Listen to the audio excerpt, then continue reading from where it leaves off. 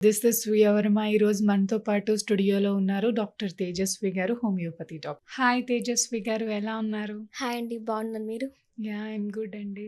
తేజస్వి గారు, ఉమెన్ గట్టిగా ఏదైనా సందర్భంలో అరిస్తే గనక దాన్ని మనం ఎలా అర్థం చేసుకోవచ్చు? హార్మోన్స్ ఇంబాలెన్స్ అయ్యాయనా? లేకపోతే మూడ్ స్వింగ్స్ వచ్చాయనుకోవాలా? అండి, మూడ్ స్వింగ్స్‌కి, హార్మోన్స్‌కి చాలా కనెక్షన్ ఉంది. అంటే కొంతమంది నార్మల్‌గా డెలివరీ తర్వాత కానీ కొంతమందిలో అరుస్తుంటారు. అప్పుడే కోపం రావడం, అందరిపైన చిరాకు పడడం ఉంటుంది. ఇంకా మన మన మదర్స్ కానీ, లేదంటే అమ్మమ్మలు కానీ అవును. వాళ్ళకి 60+ ఉంటారు వాళ్ళు. వాళ్ళేం చేస్తారు, చాదస్తం అంటారు. అన్నిటికి డిప్రెస్ అయిపోతూ ఉంటారు. లేదంటే వాళ్ళనేదైనా అంటే వెంటనే కోప్పడడం, చిరాకు పడడం, వాళ్ళు చెప్పిందే వినాలనే మాట వినడం. ఇదంతా చాదస్తం అంటారు ఏజ్ రిలేటెడ్‌గా. బట్ అలాంటి వాటిలో కూడా హార్మోన్స్ అనేటివి ఇంపార్టెంట్ రోల్‌ని ప్లే చేస్తాయి. ఫిమేల్స్‌లో మెయిన్‌గా హార్మోన్స్ వల్లనే వాళ్ళ మూడ్ స్వింగ్స్ అనేది అంటే ఎమోషన్స్ అనేవి కూడా డిపెండ్ అయ్యి ఉంటాయి.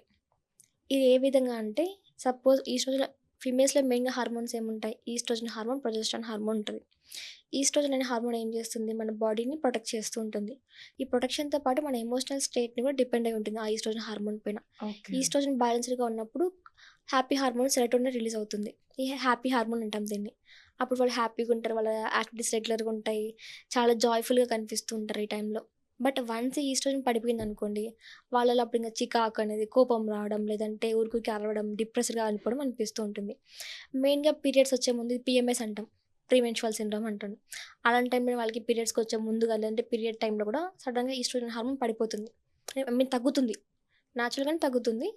బట్ కొంతమంది హార్మోనల్ ఇంబాలెన్స్ ఉన్న వాళ్ళు ఇంకా ఎక్కువగా ఉంటుంది. హుహు. ఇది నేచురల్‌గా తగ్గిపోయినప్పుడు వాళ్ళేముంటుంది, చికాకు పడడం, కోపడడం, లేదంటే వర్క్ పైన కాన్సంట్రేట్ చేయలేకపోవడం, ఇంట్రెస్టింగ్‌గా లేకపోవడం ఏదైనా గూడా ఇలా ఉంటుంది. అందరేమనుకుంటారు, ఆ అమ్మాయి తిడుతుంది, కోప్పడుతుందనేలాగా అనుకుంటారు. బట్ వాళ్ళకి తెలియని విషయం ఏంటంటే, అక్కడ హార్మోన్స్ అనేటివి తక్కువవ్వడం వల్లే ఆ స్టేజ్‌లో వాళ్ళకి అలా అనిపిస్తుంది. ఈ హార్మోన్స్‌ని ఎలా బ్యాలెన్స్ చేసుకోవచ్చు మరి అసలు? న్యాచురల్ పద్ధతిలో?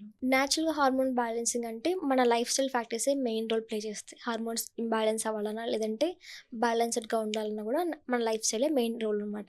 హుహు. సపోజ్ ఈ ఈస్ట్రోజన్‌తో పాటు ప్రొజెస్టెరాన్ అనే హార్మోన్ ఉంటుంది. ఈ హార్మోన్ ఏం చేస్తుంది మన బాడీలో, ఐ మీన్ పీరియడ్స్ టైంలో ఈ హార్మోన్ ఎక్కువగా కనిపిస్తుందనమాట. అంటే ప్రెగ్నెన్సీలో ప్రిపేర్ అయ్యేలాగా, గర్భాశయం ప్రిపేర్ అయ్యేలా చేస్తుంది. దాంతో పాటు ఈ హార్మోన్ ఏం చేస్తుంది, మనం యాక్టివ్‌గా ఉండేలాగా చేస్తుంది. ఇంకా ఈ స్లీప్ సరిగ్గా నిద్రపోవాలన్నా, లేదంటే మన బాడీకి రెస్ట్ అవ్వాలన్నా కూడా ఈ ప్రొజెస్టెరాన్ అనే హార్మోన్ హెల్ప్ అవుతుంది. Suppose in case pregnancy I mean period టైంలో కానియంటే ఈ హార్మోన్ తగ్గిపోతూ ఉంటుంది. సడెన్‌గా హార్మోన్స్ అన్నీ ఇంబాలెన్స్ అయిపోవడం వల్ల వాళ్ళకి చాలా ప్రాబ్లమాటిక్‌గా ఉంటుంది. ఇంకా కొంతమంది డెలివరీ తర్వాత ఉంటుంది మెయిన్‌గా. పీరియడ్స్‌కి ముందు, పీరియడ్స్ తర్వాత, ఇంకోటి డెలివరీ టైంలో, డెలివరీ తర్వాత. అంటే ఈ న్యూ మామ్స్‌కి. యాహ్! ప్రెగ్నెన్సీ స్టేజ్‌లో కూడా హార్మోనల్ ఇంబాలెన్స్ జరుగుతుంది. కొత్త హుహు. హార్మోన్స్ రావడం, లేదంటే ఉన్న హార్మోన్స్ ఎక్కువవ్వడం, తక్కువవ్వడం ఇలాంటి ఇబ్బందులు కూడా ఉంటాయి వాళ్ళలో. ఇంగా డెలివరీ తర్వాత సడెన్‌గా హార్మోన్స్ పడిపోతాయి. అన్ని హార్మోన్స్ నేచురల్‌గానే పడిపోతూ ఉంటాయి. ఐ మీన్ తగ్గిపోతుంటాయి. ఇలాంటి స్టేజ్‌లో కూడా వాళ్ళకి సింప్టమ్స్ కనిపిస్తాయి. కొంతమందిలో వెంటనే బేబీ పుట్టిన వెంటనే వాళ్ళకి బేబీ బ్లూస్ అంటాం. బేబీ బ్లూస్ అంటే ఆ మదర్‌కి చాలా ఇబ్బందిగా అనిపించడం, చికాకు, సోషల్‌గా ఐసోలేట్ అయిపోవడం, ఆ బేబీ నచ్చకపోవడం ఇవన్నీ ఉంటాయి. ఇంకా ఇది సివియర్ ఫార్మ్‌లోకెళ్తే పోస్ట్‌పార్టమ్ డిప్రెషన్ అంటాం. లేదంటే వాళ్ళకేదైనా చేసుకోవాలి, లేదంటే బేబీకేదైనా చేయాలనేలాగా అనిపిస్తది. ఇదొక స్టేట్. ఇంకా కొంతమంది మెనోపాజల్ స్టేట్‌లో ఉంటాం. ఈ మెనోపాజల్ స్టేట్‌లో కూడా హార్మోన్స్ అనేవి తగ్గిపోవడం వల్ల వాళ్ళకి కాన్సంట్రేషన్ లేకపోవడం, ఎక్కువగా పదే చెప్పడం, లేదంటే ఏదైనా వాళ్ళు చెప్పిన వర్క్ చేయకపోతే ఇబ్బందిగా పడడం. మెయిన్‌గా ఇంట్లో చూస్తున్నాం. మదర్ చెప్పిన మాట వినలేదని చెప్పేసి గొడవలు పడడం ఇవన్నీ ఉంటాయి. దీనికి మెయిన్ కారణం హార్మోనల్ ఇంబాలెన్సే ఆ స్టేజ్‌లో. మనం ఈ హార్మోన్స్‌ని బ్యాలెన్స్ చేసుకోవాలన్నా, లేదంటే ఇంబాలెన్స్ అవ్వాలన్నా మన చేతిలోనే ఉంటది. సపోజ్ బ్యాలెన్స్‌డ్‌గా ఉన్నాయనుకోండి, అన్ని హార్మోన్స్ బ్యాలెన్స్‌డ్‌గా ఉన్నాయనుకోండి ఫీమేల్స్‌లో, ఈస్ట్రోజన్ కానీ, ప్రొజెస్టెరాన్ హార్మోన్ కానీ, ఇంకా ప్రొలాక్టిన్ హార్మోన్ అంటాం. లేదంటే థైరాయిడ్ హార్మోన్స్ ఉంటాయి కొన్ని. ఈ థైరాయిడ్ హార్మోన్స్ అన్నీ బ్యాలెన్స్‌డ్‌గా ఉన్నప్పుడు వాళ్ళకి యాక్టివ్ స్టేట్‌లో ఉంటారు. వర్క్స్ అన్నీ క్లియర్‌గా ఉంటాయి వాళ్ళవి. ఎలాంటి డిప్రెషన్ లేకోకుండా హ్యాపీగా, జాయ్‌ఫుల్‌గా ఉంటారు. ఈ హార్మోన్స్ కొన్నిటి వల్ల మన లైఫ్ స్టైల్ ఫ్యాక్టర్స్ మెయిన్‌గా ఉంటాయి. సరిగ్గా ఫుడ్ తీసుకోకపోవడం, సరిగ్గా నిద్రపోకపోవడం, లేదంటే ఎక్సర్సైజ్ లేకపోవడం ప్రాపర్‌గా. ఇంకా అడిక్షన్స్ అంటాం. ఆల్కహాల్ గానీ, స్మోకింగ్ హ్యాబిట్స్ కానీ, స్ట్రెస్‌ఫుల్ లైఫ్ ఇలా లీడ్ చేయడం వల్ల హార్మోన్స్ అనేటివి ఇంబాలెన్స్ అవుతూ ఉంటాయి. సపోజ్ స్ట్రెస్ వల్ల అనుకోండి, ఆ స్ట్రెస్ వల్ల కార్టిసాల్ అనే హార్మోన్ రిలీజ్ అవుతుంది. ఈ హార్మోన్ ఏం చేస్తుంది, మన బాడీలో పీసీఓఎస్ వచ్చేలాగా, లేదంటే ఇన్సులిన్ రెసిస్టెన్స్ వచ్చేలాగా చేస్తుంది. దానివల్ల మళ్ళీ ఒబేసిటీ వస్తుంది. ఆ ఒబేసిటీ వల్ల మళ్ళీ వాళ్ళకి పీసీఓఎస్ వస్తుంది కొంతమందిలో. ఇవన్నీ ఇంటర్‌లింక్ అయితూ ఉంటాయి స్ట్రెస్ వల్ల. ఇంకా కొన్ని లైఫ్ స్టైల్ ఫ్యాక్టర్స్‌లో మెయిన్‌గా అడిక్షన్స్ అంటాం. ఆల్కహాల్ గానీ, స్మోకింగ్ హ్యాబిట్స్ కానీ, ఈ హ్యాబిట్స్ ఏం చేస్తాయి? హార్మోన్స్ తగ్గిపోయేలా చేస్తది. ప్రొజెస్ట్రాన్, ఈస్ట్రోజన్ హార్మోన్ తగ్గిపోతూ ఉంటుంది. ఇంకా థైరాయిడ్ ఇంబాలెన్స్ ఉందనుకోండి వాళ్ళకి, ఆ ఇంబాలెన్స్‌ని ఇంకా ఎక్కువయ్యేలా చేస్తుంది. దీనివల్ల వాళ్ళకి డిప్రెషన్ రావడం, బరువు పెరగడం, హెయిర్ ఫాల్ రావడం ఇవన్నీ ఉంటాయి. హుహు. అంటే ఇప్పుడు ఇంబాలెన్స్ అయిపోయిందని మనకొక లక్షణాలు చూపిస్తాయి గదా! యాహ్! సరే ఇప్పుడు మనం బ్యాలెన్స్ చేసుకోవాలంటే ట్రీట్మెంట్ ఎలా మరి? యాహ్! అండి. ఈ బ్యాలెన్స్‌డ్ కండిషన్స్‌లో మెయిన్‌గా అసలు వాళ్ళ ప్రాబ్లమ్ ఏంటో మనం తెలుసుకోవాలి. సపోజ్ వాళ్ళకి పీసీఓఎసే ఉందనుకోండి. పీసీఓఎస్‌లో ఏ హార్మోన్స్ ఇంబాలెన్స్ అవుతాయి, ఆ హార్మోన్స్ రెగ్యులరైజ్ అయ్యేలా ట్రీట్మెంట్ ఇవ్వడం జరుగుతుంది. హ్మ్. థైరాయిడ్ ఇంబాలెన్సే ఉంది. థైరాయిడ్ కండిషన్స్‌లో సిమ్టమాటాలజీగా వాళ్ళకి ఏం సిమ్టమ్స్ ఉన్నాయి, దాని ప్రకారమే ఆ సిమ్టమ్స్‌ని ట్రీట్ చేస్తూ ఆ హార్మోన్స్ అనేటివి థైరాయిడ్ న్యాచురల్‌గానే ప్రొడ్యూస్ చేసేలా చేస్తాం.